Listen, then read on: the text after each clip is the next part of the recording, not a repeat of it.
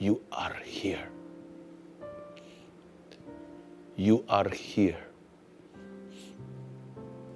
You are here. Haleluya.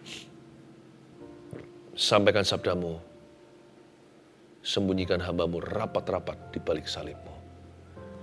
Biarkan kehendak-Mu yang jadi, kerajaan-Mu yang datang. Dalam nama Yesus. Amin. Praise the Lord. Puji Tuhan. Shalom semua. Saya ingin menyampaikan sebuah pesan berjudul Triwira Daud. Ambil catatan, ambil Alkitab. Di 2 Samuel ya. 2 Samuel pasal 23. Ayat 13-17.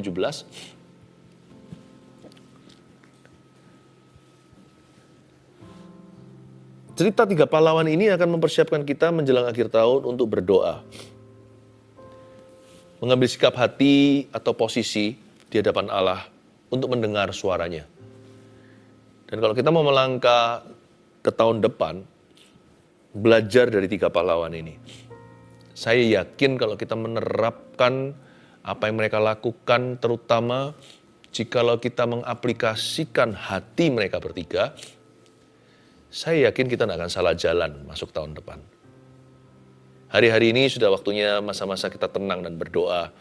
Saya sarankan Anda, kalau Anda nggak sibuk sekali gitu, increase your prayer a bit, tingkatkan jam doa Anda sedikit. Ya, kalau Rabu Sabtu sih sudah fix 1 jam setiap live-nya. Tapi kalau Anda punya waktu luang, pakai untuk sembahyang. Pakai untuk doa kepada Tuhan Yesus. Saya belum punya banyak waktu luang hari-hari ini. Saya merindu-rindukan untuk masuk, duduk diam di kakinya. Sungguh-sungguh diam maksud saya. Berjam-jam saya menantikan. Tapi saya layani Anda dulu ya. Saya layani Anda dulu. Pemimpin itu makan terakhir. Saya mau dorong Anda untuk merenungkan firman sungguh-sungguh supaya dalam. Nanti tahun depan itu kalau terjadi percepatan, Anda diberi mimpi dan penglihatan, Anda tidak akan kelewatan. Jadi saya lagi susun, sabar-sabar juga. Saat teduh menjelang akhir tahun ini akan banyak sekali pesan-pesan untuk mempersiapkan Anda ke tahun depan. Nanti akan ada pengumuman juga. Old and new tahun, akhir tahun saya usahakan untuk bisa kita ketemuan ya, kita berdoa. Ganti tahun itu kita bisa bersama. 2 Samuel 23 ayat 13-17 saya baca ya.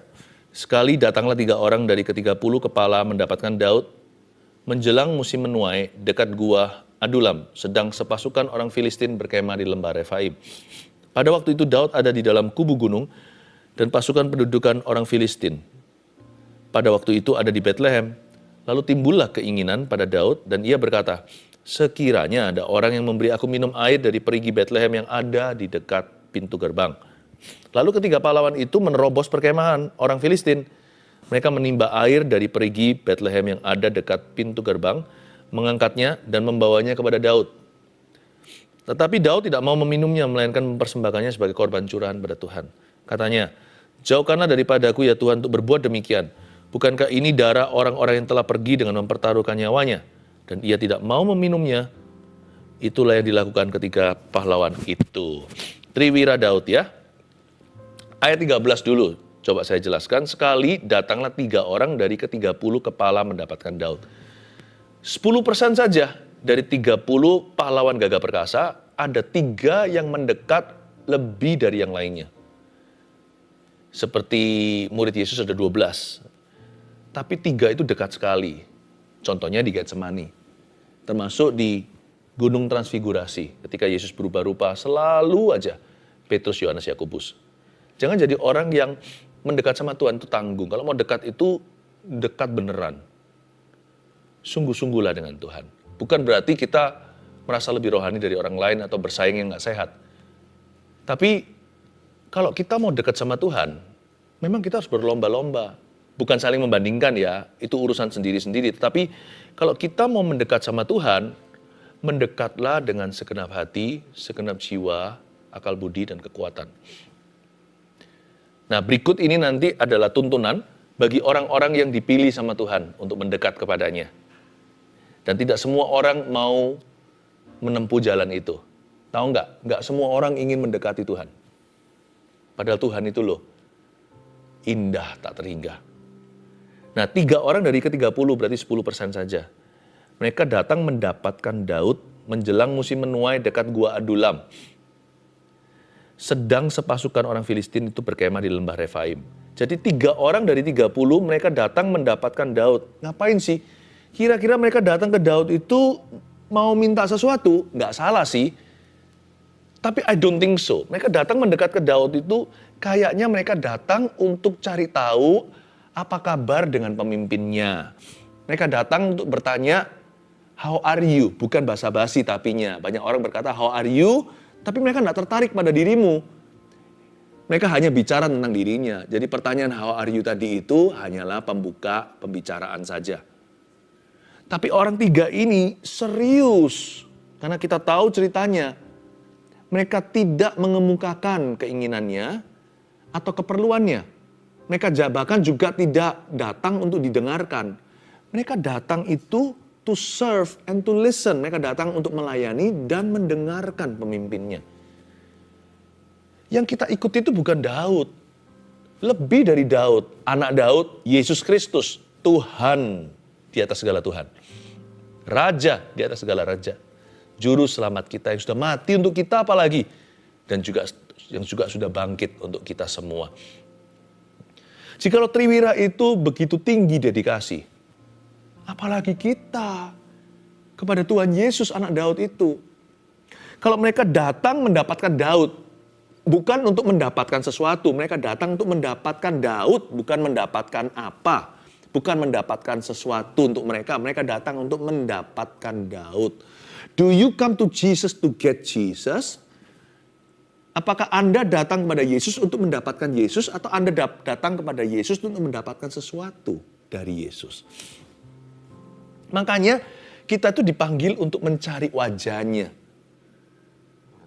Dan barang siapa mencari wajahnya bahkan juga akan menemukan tangannya meskipun tidak memintanya. Kepala pasukan itu 3 orang itu mendapatkan Daud. They come to listen and to serve. Lalu mereka itu sedang berkemah di dekat orang Filistin. Kalau kita baca ya. Menjelang musim menuai dekat Gua Adulam, sedang sepasukan orang Filistin itu berkemah di lembah Refaim. Situasinya tidak kondusif. Orang-orang gagah perkasa ini, orang-orang gagah perkasa itu mereka di depan lembah Refaim. Kita harus tahu orang Filistin ini adalah raksasa semua. Mereka ini berkemah di lembah Refaim. Kalau Anda tahu kata Refaim di situ itu giants. Itu raksasa. Situasinya nggak kondusif. Ketika mereka datang mendapatkan Daud, situasi atau suasana tidak bersahabat. Tetapi cinta kasih mereka kepada Daud ini melebihi bahaya. Mereka nggak peduli situasi atau kondisi seputar hidup mereka. Mereka rasanya rindu pada pemimpinnya. Saya berani memastikan bahwa minimal 3 orang dari 30 itu, mereka bukan hanya berdedikasi tinggi, tapi mereka itu mengasihi. Jangan hanya komitmen sama Tuhan, apalagi karena ketakutan. Jangan pula hanyalah berdedikasi kepada Tuhan Yesus. Tapi kita harus menghampiri Tuhan dengan kasih yang tulus. Yesus loh mengasihi kita apa adanya waktu kita masih berdosa. Agape love, kasih tak bersyarat. Lah kenapa sekarang setelah kita dikasihnya demikian kita nggak bisa mengasihi Tuhan tanpa syarat pula? Tidak sedikit di antara kita masih bisa kecewa sama Tuhan ya kan? Berapa banyak di antara kita yang bisa marah? Marah sama Tuhan Yesus.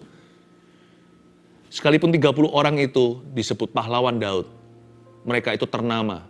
Tapi 3 orang ini terlalu ketara kasih mereka kepada sang raja. Mereka datang mendapatkan Daud, sedangkan orang Filistin berkemah di lembah Refaim, the valley of the giants, lembah orang-orang raksasa seperti Goliat dan kawan-kawannya. Ayat 14, pada waktu itu, Daud ada di dalam kubu gunung. Dan pasukan pendudukan orang Filistin pada waktu itu ada di Bethlehem. Ini kejadiannya di Bethlehem down south atau di sebelah selatan. Lalu timbullah keinginan pada Daud dan ia berkata, sekiranya ada orang yang memberi aku minum air dari perigi Bethlehem yang ada di dekat pintu gerbang. Ayat 15 ya, coba kita renungkan. Lalu timbullah keinginan pada Daud. Kok mereka tahu? Berarti mereka cukup dekat. Daud ini nggak teriak. Ia berkata, sekiranya ada orang yang memberi aku minum air dari perigi Bethlehem. Kata ia berkata itu, he whispered. Dia menggumam, kayak seperti ini loh. Contohnya, kalau kita lapar. Aduh laparnya ya, pingin nasi campur. Itu bukanlah announcement atau pengumuman. Kita juga nggak pakai corong, kita juga nggak pakai sound system, nggak pakai mikrofon. Daud itu ngomong, bicara begitu tuh pada dirinya. Tidak diutarakan kepada siapa, tidak ditujukan kepada orang-orang lain. Tapi kebetulan karena posisi lokasi mereka itu amat sangat dekat, terdengar pula 3 orang ini bukan nguping. Pas mereka lagi visitasi, waktu mereka besuk sang raja di guanya, tepat dengan waktu ketika mereka tiba itu timbullah keinginan pada Daud dan ia berkata, lalu ia diam-diam berbisik pada dirinya. Begitulah kira-kira bunyinya. Aduh, atau sekiranya ada orang yang memberi aku minum air dari perigi Bethlehem yang ada dekat pintu gerbang. Bethlehem itu nilainya sentimental dalam kehidupan Daud. Bagaimana tidak? Tanah kelahiran, kampung halaman. Di Bethlehem dia punya banyak pengalaman. Yang namanya sebagai seorang gembala domba, dia pasti bawa ke air yang tenang. Tidak heran dia memberi minum ternaknya itu dari air perigi di situ. Dan sekaligus dia sendiri harus minum, ya kan? Jadi bagi Daud itu ada memori indah. Bethlehem itu sesuatu yang gimana gitu di hatinya. Dan pada waktu mereka mendengar Daud menggumam dan berkata, aku pingin minum air itu. Mereka tahu bahwa it meant more to David than just water. Itu artinya atau nilainya lebih bagi Daud daripada sekedar air yang sejuk yang bisa melepas dahaga. Daud itu berkata, sekiranya ada orang yang memberi aku minum air dari perigi Bethlehem, I miss my hometown. Aku rindu kampung halamanku. Daud kan sedang susah ini, lagi di gua. Tapi mereka bisa menangkap isi hatinya dengan cepat. Karena mereka datang bukan bawa agenda. Kebanyakan kita kan begini. Kita seolah-olah mendengar, tapi kita nggak mendengarkan. Kita datang ke Tuhan itu sudah datang dengan Son. Udah 1, 2, 3 ini listku, daftarnya nggak ada yang salah sih. Doa ya harus pada Tuhan, masa minta sama tetangga. Jangan-jangan nanti menyembah berhala. Perlu apa? Doa Bapa kami, beriku rezeki hari ini. Minta itu sama Tuhan, nggak ada yang salah. Tapi di atas kebutuhan kita, ada kasih untuk Tuhan. Waktu kita datang menghampiri Tuhan itu, kita menghampiri untuk didengarkan atau untuk mendengarkan. Mereka karena mereka datang dengan kuping terbuka, dengan hati yang sungguh mengasihi. Apa yang harusnya lewat masuk telinga kiri, keluar telinga kanan, mungkin itu yang akan terjadi pada teman-temannya yang lain, 27 yang lainnya. Tapi bagi mereka bisa mendengar dengan jelas. Karena mereka itu datang untuk cari tahu pada Daud. Raja, what can I do for you? Apa yang bisa kulakukan bagi Baginda? Mereka datang bertanya pada Tuhan itu sungguh-sungguh tulus. Lord, how are you? Tuhan, apa yang aku bisa lakukan bersama denganmu dan untukmu? Mereka datang itu untuk cari tahu, mendapatkan Daud. Sedangkan seringkali kalau kita datang pada Tuhan itu, ada maksudnya, ada kemauan. Kita semua suka makan udang, ada udang selalu di balik batu. Kalau bicara soal doa, selalu kita ada maunya. Gak salah sekali lagi. Tapi apa salahnya juga kita mau apa yang Yesus mau. Kita inginkan yang Dia inginkan. Hati kita dihancurkan oleh apa yang menghancurkan hatinya. Jangan datang membawakan kehancuran hatimu saja. Semua orang juga begitu sama Allah Maha Kuasa. Semua datang membawa broken heart-nya. Tapi siapa yang peduli enough? Siapa yang cukup pedulikan? Apa yang menghancurkan hati Tuhan? Siapa yang duduk diam seperti Maria dan berkata, tell me what broke your heart. Beritahu aku apa yang menghancurkan hatimu. Beritahu kepadaku Tuhan, isi hatimu.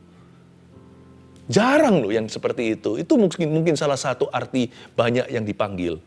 Sedikit yang dipilih, banyak yang dipanggil, sedikit yang mengerti. Banyak yang panggil berdoa juga, sedikit yang peduli. Do you care about God? Tapi Tuhan kan maha punya. Dia kan maha tahu, dia kan maha kuasa. Dia punya segalanya. I know. Tapi jangan lupa loh, kita dicipta untuk bersekutu dengannya. Dicipta dalam gambar dan rupanya. Bukan karena Tuhan kekurangan. Bukan karena Tuhan kesepian. Saya dan istri saya nggak kesepian kok. Saya bisa loh terdampar di satu pulau terpencil. Kami berdua aja sampai tua. Nggak akan kehabisan perbincangan. Tapi ketika kami mau punya anak. Bukan karena kami kesepian. Tapi karena kami mau menyalurkan kasih kami ini yang indah kepada putra-putri. Kami ingin bersekutu dengan orang yang mirip dengan kami. Kami ingin melihat kami di dalam diri mereka di dalam diri kami. Kami ingin untuk berdialog. Kami ingin untuk saling memahami. Yang pasti orang tua pasti memberi, tak harap kembali. Tapi kadang-kadang cukup gimana gitu kalau anak berbagi es krimnya waktu kecil, kasih itu rasanya bangga anakku. Cinta padaku. Bukan untuk kepuasan Tuhan kita diciptakan. Tapi Tuhan rindu untuk punya hubungan yang saling mengasihi dengan kita. Jangan suruh Tuhan mengasihi kita doang. Pokoknya mengasihi kita melulu. Tuhan juga, tanda kutip, Tuhan gak ada keperluan, Tuhan ada kebutuhan. Oke, jangan salah tangkap. Tuhan juga tanda kutip butuh dikasih oleh kita loh. Pernah kita datang ke hadiratnya, Lord, how are you? Daripada, Lord, Tuhan, aku gini, aku gitu. Aku alami ini, alami itu. Aku maunya begitu, aku maunya begini. Pokoknya Tuhan, kita datang pada Tuhan itu bombardir. Das. Lalu terakhir, aku mau menyenangkanmu. Kenapa kita gak datang dulu dan berkata, Lord, how are you? I want to hear you. Aku mau mendengarmu. I want to listen to your heart. Aku ingin mendengarkan hatimu. Itu dia. Ya. Ini perbedaannya. Lalu di ayat yang 16, lalu ketiga pahlawan itu menerobos perkemahan orang Filistin. Mereka menimba air dari perigi Betlehem yang ada dekat pintu gerbang. Mengangkatnya dan membawanya kepada Daud. Tetapi Daud tidak mau meminumnya, melainkan mempersembahkannya sebagai korban curahan kepada Tuhan. Ayat 16, ketika mereka menangkap isi hati Tuhan, lalu ketiga pahlawan itu menerobos perkemahan orang Filistin. Mereka menimba air dari perigi Betlehem. Persis seperti yang Daud inginkan. Jadi bagi Triwira atau tiga pahlawan ini, mereka seolah-olah berkata kepada sang raja, your wish is my command. Mereka seolah-olah berkata begini, Daud, baginda, rajaku, harapanmu adalah perintah bagi kami. Bayangin, kalau harapan Tuhan itu perintah bagi kita, bagaimana dengan perintahnya? Kalau harapannya aja, keinginannya aja menjadi perintah atau commandment bagi kita. Tuhan gak usah main perintah lah sama orang-orang yang mengasihi dia. Tuhan, gitu aja kita ngerti. Tuhan berembus selembut-lembutnya Roh Kudus ketika tiba. Kita ngerti. Tuhan gak suruh, Tuhan gak akan pakai ancam-ancam. Kamu harus ampuni, kalau enggak, ku lempar kamu ke algojo-algojoku. Gak perlu. Ketika kita dekat Tuhan, kita langsung paham. Kita harus mengampuni musuh-musuh kita. Waktu Tuhan baik sama kita, Tuhan gak perlu main perintah. Tuhan gak perlu main paksa. Gak ada gaya Yunus begitu. Ya, dikirimin ikan paus, gak tahu ya itu ikan paus atau enggak, ini kiasan saja. Tapi itu ikan beneran, saya gak tahu jenis ikan apa. Gak perlu pakai ikan-ikanan. Untuk paksa saya ke Niniwe. Kalau hati Tuhan berdarah untuk kota itu yang gak bisa membedakan tangan kiri dari tangan kanan. Kalau nggak ada orang yang mau, saya mau jadi Yesaya, ini aku, utuslah aku. Kalau Tuhan pilih dia, kalau dia nggak mau, utuslah saya. Saya mau nginden Tuhan. Saya mau antri, mau jadi waiting list-nya. Sementara banyak orang berkata, kalau engkau mengutus aku, memilih aku, kasih aku tanda. Beri aku sign from heaven. Aduh, kita ini siapa dikasih tanda sama Tuhan? Are we that important? Kita sepenting itukah sampai minta tanda? Dikasih tanda ya puji Tuhan, boleh sih minta. Tapi saya sih merasa, who am I? Your wish is my command. Harapanmu adalah perintah bagiku. Dan perintahmu, makanya seorang yang sangat dikasihi oleh Tuhan, murid Yesus namanya Yohanes, dia tulis dalam suratnya begini, perintah-perintahnya tidak berat. What? Masa perintah Tuhan gak berat? Coba Pak, gak usah banyak-banyak, 10 perintah Allah aja. Waduh, gimana tuh? Tapi orang yang memahami kasih pada Tuhan, bukan hanya dikasihi Tuhan, itu yang pertama ya. Tapi setelahnya itu loh, kita seringkali gagal total. Kalau kita paham kasih, perintahnya gak berat loh. Karena kalau harapannya adalah perintah, perintahnya adalah sukacita. Oh Tuhan, beritahu apa yang bisa kulakukan. Apalagi kalau kita hutang budi ya sama satu orang ya. Kita mau kembaliin dia nggak mau, kita balas budi dia juga nggak terima. Orang kita minta apa? Kita harap dia minta sesuatu, nggak minta-minta. Kita sarankan satu persatu tidak dihiraukan, ya enggak lah, nggak usah. Jikalau suatu hari dia berkata, oke, satu aja. Bisakah kamu belum selesaikan kalimat, kita langsung berteriak, bisa. Karena kita hutang budi sama dia. Kita hutang jasa. Mungkin kita hutang nyawa sama orang itu. Misalkan kalau orang itu kasih ginjalnya kepada anak Anda yang gagal ginjal. Salah satunya diberikan, masa kalau dia, if he does not name his price, kalau dia tidak mencetuskan harganya berapa. Masa kalau dia berkata, satu aja yang aku minta. Aku kepingin minum air dari perigi Bethlehem itu. Oh, percayalah. Kalau saya jadi orang yang berutang budi sama dia, saya terbang detik itu juga. Jangan saya berikan satu air. Saya belikan satu truk air untuk orang itu. Kalau kita cinta, kalau kita tahu kasih, harapan seseorang itu adalah perintah bagi kita. Apalagi jika orang itu berjasa. Yesus kurang jasa apa? Yesus tiada duanya. Yang terpaku digantung di salib itu bukan kalung atau perhiasan dengan salib-salipan. Itu orang beneran. Yesus Kristus namanya. Wah. Your wish is my command. Your command is my joy. Perintahmu adalah sukacitaku. Dan lalu gak hanya itu. Mereka itu ayat 16 ketika pahlawan itu menerobos perkemahan orang Filistin, mereka menimba air. Dari mana? Dari perigi Bethlehem. Gak hanya di situ ya, bukan hanya perigi Bethlehem, tapi lokasinya pun disebut. GPS-nya ada. Yang ada di dekat pintu gerbang. Berarti di Bethlehem ada beberapa perigi atau beberapa sumur. Spesifikasinya diberi, yaitu persis yang ada dekat pintu gerbang. Sepertinya hanya satu saja perigi yang demikian. Persis mereka perginya ke titik lokasi. Door to door. Mereka tidak ke kanan atau ke kiri. Mereka nggak menyimpang kemana-mana. Mereka nggak berkata, air ya air lah, semua air ya sama. Kira-kira kurang lebih. Ya udah, daripada masuk ke Bethlehem bahaya. Situ Refaim semua, itu orang-orang raksasa, Goliat dan kawan-kawannya. Udahlah, kita ambilin air dari luar Bethlehem, sedikit di luar kota, nggak persis yang di dekat pintu gerbang. Sedikit di sana tikungan. Apa bedanya sih? Water is water, ya kan? Masa bisa raja merasakan bedanya? Udah nggak apa-apa. No. You know, you have to know God's wills, they are always specific. Kehendak Tuhan itu selalu spesifik. Jadi kalau Tuhan maunya itu, jangan kompromi. Kalau Tuhan berkata di sana, jangan tawarkan alternatif. Makanya Yesus ngomong gini ketika di Getsemani. Aku sih maunya begini, secara daging nih. Tapi bukan kehendakku jadi, namun kehendakmu yang jadi. Kata namun kehendakmu yang jadi itu, namun persis seperti yang kau kehendaki. Tidak lebih 1 senti, bahkan 1 mili. Tidak ke kanan atau ke kiri. Tidak kurang atau tidak lebih. Persis itu spesifikasi. Di mana lokasinya? Periginya Bethlehem. Tapi bukan sembarang sumur yang ada. Bukan asal air saja. Yaitu yang ada di dekat pintu gerbang. Itu dia. You have arrived. GPS-nya bunyi begitu. Jadi kalau Anda dan saya mau melakukan kehendak Tuhan, pastikan spesifik ya. Karena Tuhan punya kehendak itu selalu spesifikasi. Tuhan itu selalu detil. Jangan main kira-kira sama Roh Kudus. Karena Roh Kudus bukanlah roh kira-kira. Roh Kudus adalah roh presisi.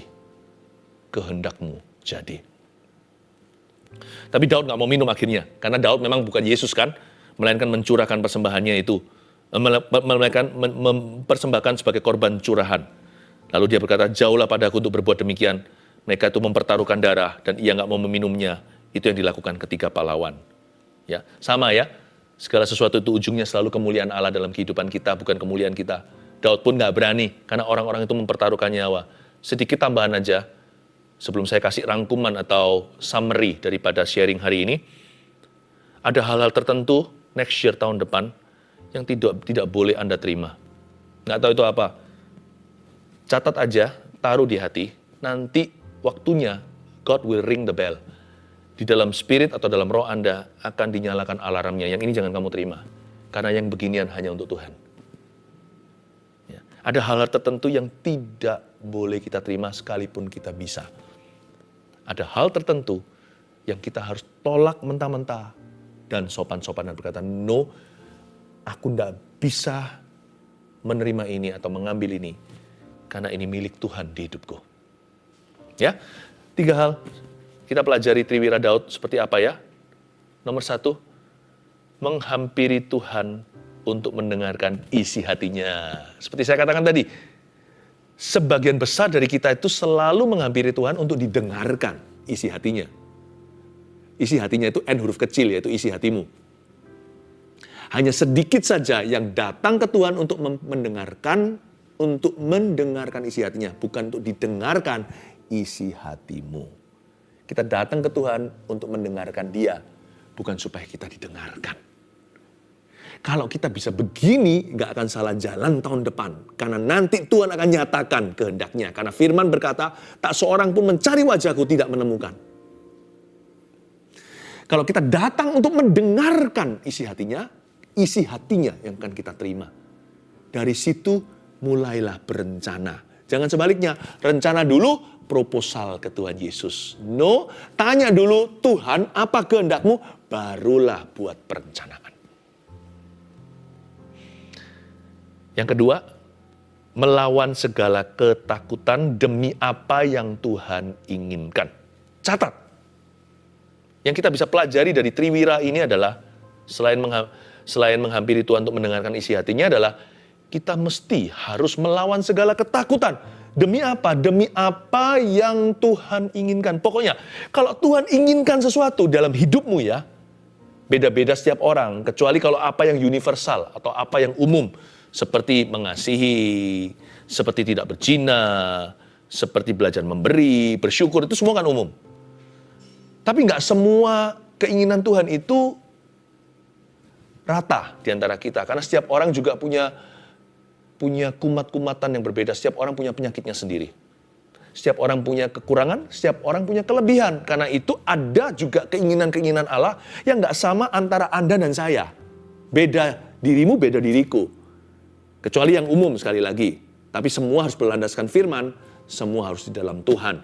Pokoknya, kalau kita menyadari ada sesuatu yang Tuhan ingini dalam hidup kita, lawanlah semua ketakutanmu, segala pikiran, perasaan yang menentang keinginan atau kehendak Tuhan itu lawan. Kalau demi apa yang Tuhan inginkan, kalau Tuhan inginkan sesuatu dalam kehidupanmu, catat ini. Tolong dibelanin. Nggak tahu itu bahasa Indonesia yang benar nggak. Pokoknya kalau Tuhan mau sesuatu di hidupmu, belanin. Belanin itu. Dibela seperti apa? Seperti Triwira itu menembus Refaim. Emangnya gampang kita tuh menerobos? Gak gampang. 3 masuk, keluarnya hanya 2 yang berperang. Bukan yang satu mati. Yang satunya pegang aqua. Dan bukankah air itu mudah pecah? Dia mau bawa pakai apa? Kaca? Bisa pecah belah. Mau pakai plastik? Ini mereka melawan pedang, panah, dan semua senjata tajam. Masuk 3, keluar 2. Masuk mendadak, surprise attack atau serangan kejutan, keluar, dikepung dan surrounded by enemies. Bayangkan, harga yang mereka bayar demi keinginan rajanya. Yang pada kita lebih besar dari Daud. Anak Daud, namanya Yesus Kristus, Tuhan dan Raja kita. Lawanlah segala ketakutan, jangan beralasan. Kalau Tuhan mau ini dalam hidupmu, sesusah-susah mengampuni sekalipun Anda disalahi berkali-kali, belanin Tuhan Yesus. Jangan belanin feelingmu. Belanin Tuhan. Lawan ketakutan dan refaimu. Karena Tuhan layak menerima yang terbaik. Yang terakhir, melakukan kehendak Tuhan dengan teliti dan hati-hati. Kalau Tuhan bilang pergi Bethlehem, catat itu. Dan kalau lokasinya diberikan di dekat pintu gerbang, di dalam melakukan kehendak Tuhan, secara teliti dan hati-hati, tidak ada yang namanya spirit kira-kira atau kurang lebih. Hapus itu dari dictionary atau dari kamus hidup kita. Ngikut Yesus itu nggak bisa kira-kira. Nggak bisa kurang lebih. Apapun yang tidak persis atau presisi, Alkitab mengatakan itu sin atau dosa. Itulah kompromi. Kalau Yesus berkata mengampuni, dan itu berarti melupakan, jangan kita tawar berkata, aku bisa mengampuni, tapi nggak bisa melupakan. Kita minta sama Yesus itu win-win solusi. Nggak ada win-win solusi. Sama Yesus kita selalu kalah, dia selalu menang. Kehendakmu yang jadi, bukan kehendakku. Harus begitu. Siapa raja, siapa hamba, harus tahu diri. Nggak ada namanya kurang lebih. Persis yang Tuhan mau. Jadi kalau kita melakukan kehendak Tuhan dalam hidup ini, kita harus teliti dan harus hati-hati. Catat dulu yang mana yang dimaksudkan Tuhan dengan perigi dan di dekat pintu gerbang mana. Setiap kita ada lokasi ketaatan yang tertuju ke sana. Pastikan kalau kita taat, taatlah dengan segenap dan dengan sepenuhnya. Haleluya. Triwira Daud kita pelajari menjelang akhir tahun. 1, menghampiri Tuhan untuk mendengarkan isi hatinya. 2, melawan segala ketakutan demi apa yang Tuhan inginkan. 3, melakukan kehendak Tuhan dengan teliti dan hati-hati. Haleluya.